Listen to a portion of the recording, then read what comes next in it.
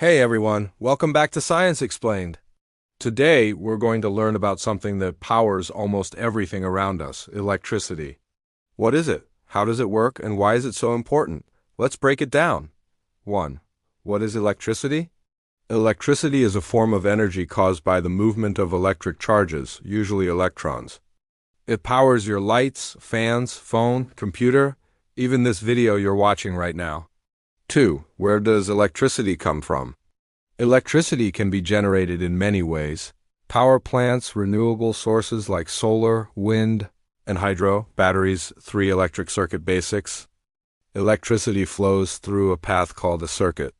A simple circuit has a source wires a device, a switch when the circuit is closed. Electricity flows when it's open, no flow. For types of electricity, there are 2 main types. Static electricity, electricity that builds up on objects. Current electricity, electricity that flows through wires. 5. Conductors and insulators. Conductors allow electricity to flow easily.